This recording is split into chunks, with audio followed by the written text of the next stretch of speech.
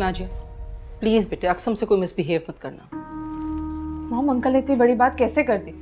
वो शीरीन की वजह से मेरा और अक्सम का रिश्ता कैसे खत्म कर सकते हैं? खत्म नहीं करके गए, इनकार नहीं किया उन्होंने सिर्फ एक सोल्यूशन दिया। अब अगर हम उनकी बात नहीं मान सकते तो इसमें उनका क्या कसूर? सॉरी टू से, वो सोल्यूशन नहीं बल्कि एक्सक्यूज कर कर गए हैं मॉम। अक्सम की कॉल है। देखो बेटे प्लीज प्लीज बदतमीजी मत करना उससे। हेलो हेलो, कहाँ हो तुम? घर पे हूँ। अंकल आए थे।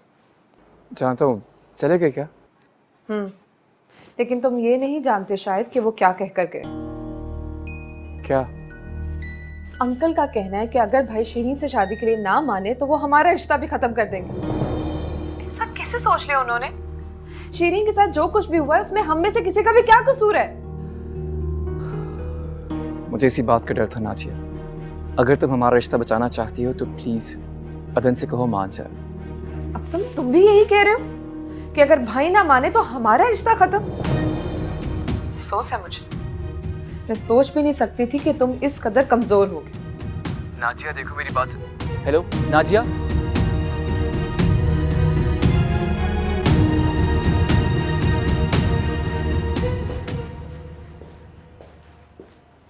जी। अदन तुम्हें कुछ एहसास है हमारी परेशानियों का? I am sorry. जवान बेटा सिर्फ सॉरी बोलकर अपनी जिम्मेदारियों से जान नहीं छुड़वा सकता। तो आप जो चाह रही हैं ना मॉम, वो मेरे बस में नहीं है, नहीं कर सकता मैं वो। आपको करने की भी जरूरत नहीं है, कोई आप पे कोई दबाव नहीं डालेगा। नाजिया प्लीज तुम इस मामले से बाहर रहो। ठीक कह रही है ना नाजिया, अगर शीरीन का रिश्ता खत्म हो गया इसमें मेरा क्या कसूर है? मैं उसके बारे में नहीं सोच सकता।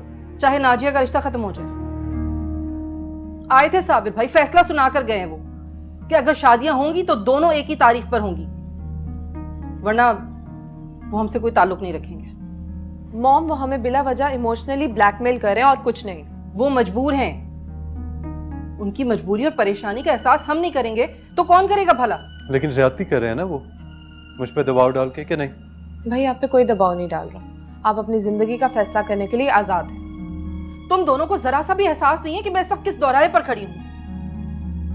अदर रिश्तों को बचाने के लिए कुर्बानियां देनी पड़ती हैं, और तुम एक लड़की की मोहब्बत पे इतने अंधे हो गए हो कि तुम्हें जरा सा भी एहसास नहीं है कि नाजी और शीरी किस मुश्किल में है इस वक्त। भाई आपको कोई सैक्रिफाइस करने की जरूरत नहीं है। और रही बात अक्सम की, उसे मेरे साथ रिश्ता दूसरों को मजबूर करके बनाने, तो मॉम मेरी तरफ से वैसे इस रिश्ते के लिए इनकार है। नाजिया तुम चुप रहो प्लीज। मॉम, वो इतना कमजोर है कि मेरे लिए अपने डैड के सामने जरा सा स्टैंड नहीं ले सकता कि वो भाई को मजबूर मत करे। मैं अक्सम से बात करूंगा, उसे बताऊंगा कि मेरी क्या मजबूरी। बस कर दो अपनी मजबूरियों की दास्तान तुम। अगर तुम्हें यह लगता है कि तुम शीरीन को अपनी जिंदगी में ना लाकर सोमिया को ला सकते हो तो ये तुम्हारी गलतफहमी। मैं कभी भी उस लड़की को कबूल नहीं करूंगी जो मेरी नाजी और शीरी के घर बसने में रुकावट बनेगी। Mom please. मुझे नहीं चाहिए तुम दोनों का एडवाइस, जो दिल चाहे करो।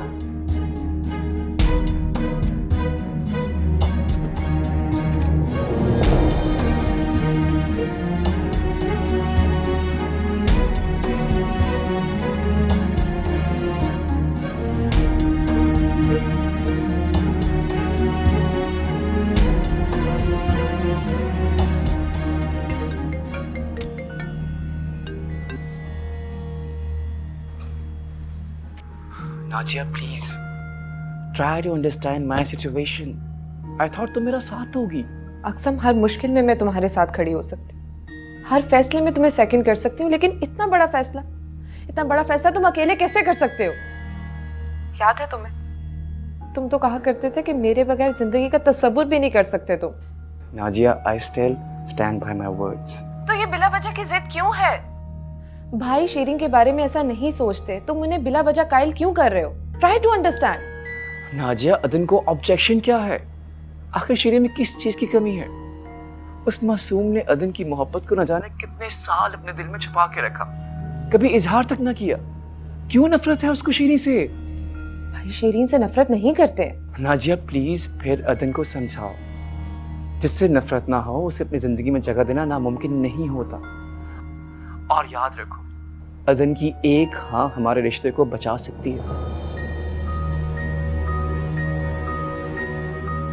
मकसम अगर हमारा रिश्ता इतना नापायदार है ना कि उसके लिए किसी तीसरे को सेक्रीफाइस करना पड़े, तो मेरे ख्याल से हमें ये रिश्ता ख़त्म कर देना चाहिए। बाय। नाजिया, हेलो।